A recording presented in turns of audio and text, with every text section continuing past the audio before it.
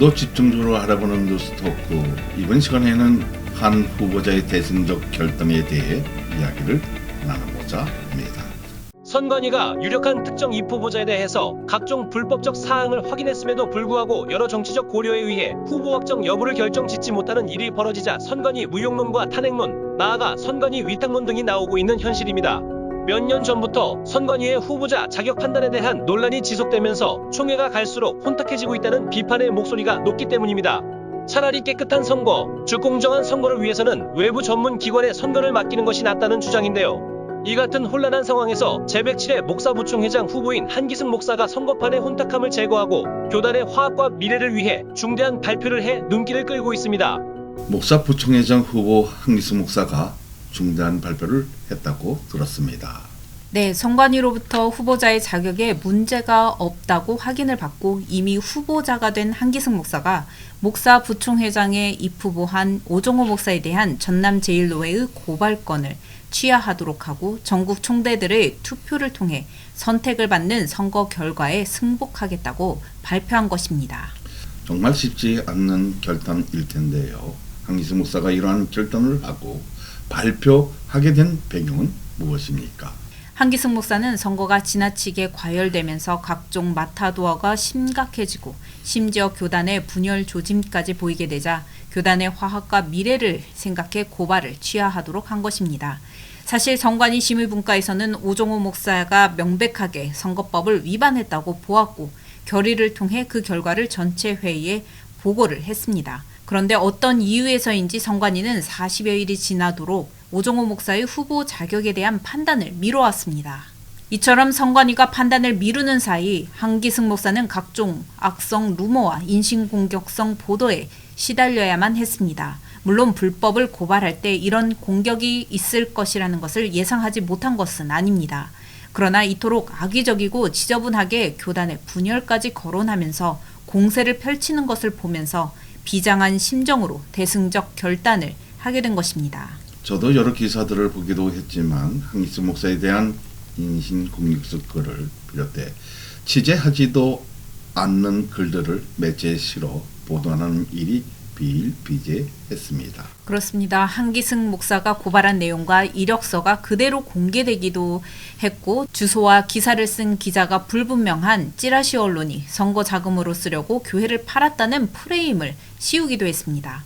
또한 마치 신라시대 신분제도처럼 총총 출신은 성골이고 지방신학교 출신, 편목, 개혁 출신 등은 진골인 양 개혁 측 목사는 부총회장을 해서는 안 된다는 주장을 펼치며 합동과 개혁 프레임을 씌웠고 각종 비방과 유언비어를 퍼뜨렸습니다.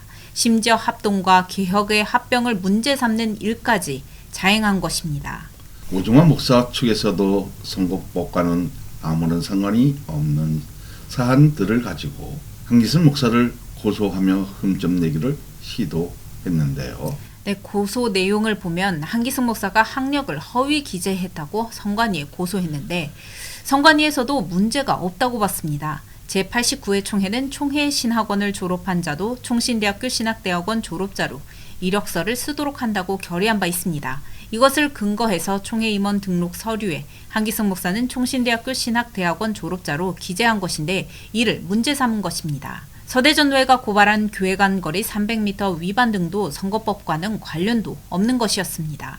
이는 선거법을 어긴 것이 아님에도 불구하고 고소 고발을 하여 맞대응을 하면서 상대방을 흠집내려 한 것입니다. 오히려 오종호 목사는 명백하게 선거법을 위반했습니다. 선관위를 통해 제작 배포해야 할 정책 홍보 책자를 후보로 확정을 받지도 않았으면서도 자신이 스스로 목사 부총회장 후보라고 표기하여 전국 총대들에게 발송한 것입니다. 이는 명백한 선거법 위반인 것입니다. 게다가 선거운동 금지 기간에는 자신의 교회에 외부 강사를 초청할 수 없음에도 S교회 제2목사를 비롯해 몇몇 목사들을 강단에 강사로 세웠습니다. 또 그동안 여러 번 지적했듯이 선거운동 금지 기간에 총신대 공식 행사에 참석해 금전을 제공한 것은 명백한 불법이었습니다. 그럼에도 선관위의 지난 8월 26일 전체 회의 결과는 오종호 목사에 대해 7대7 등수가 나왔습니다. 네, 선관위원장은 기권을 했고 오정호 목사는 후보 자격 획득에 필요한 과반수를 득표하지 못했기 때문에 정확한 법적 판단은 후보 자격 상실입니다. 그럼에도 선관위는 후보 자격 여부를 결정짓지 않았습니다.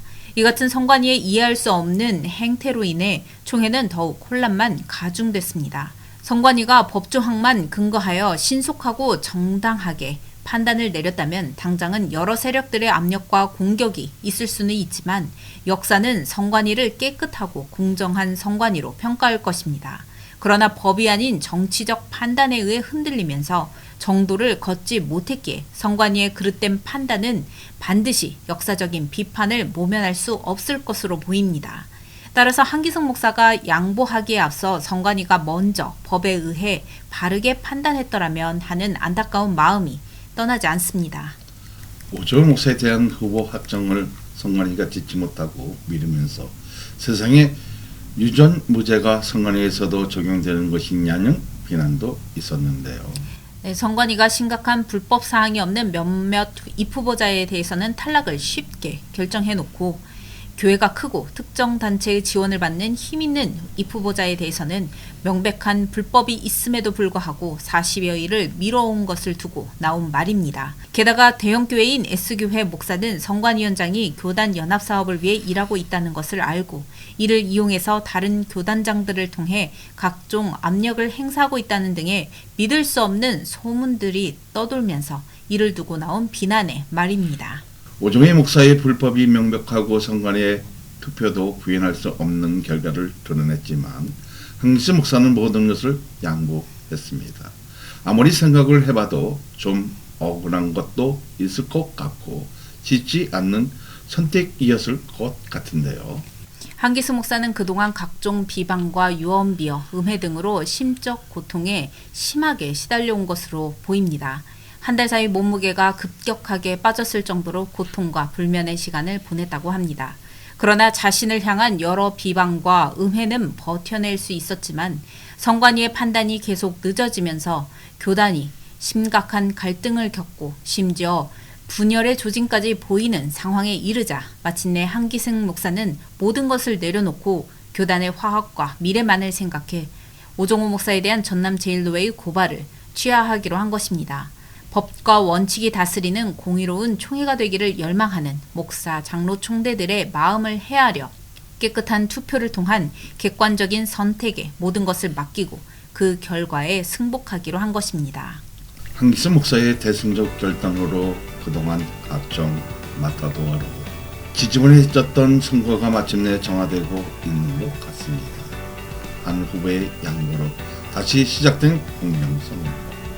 이제 얼마 남지 않는 기간은 진정한 법과 원칙에 의해 선거법을 온전히 준수하면서 공명정대하게 치러지기를 기대해봅니다.